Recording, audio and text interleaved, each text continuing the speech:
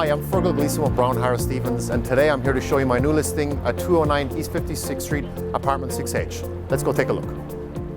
Apartment 6H is a north-facing studio which has hardwood floors throughout, an open kitchen with room to expand, and a large dressing area which could also be used for additional storage or a home office space. You also have an abundance of storage with ceiling to floor built-in closets upon entering the apartment.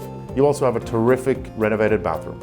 All in all, this is a great apartment with fantastic opportunities, and this building also comes with a beautiful furnished roof deck, which I'm about to show you. Let's go take a look.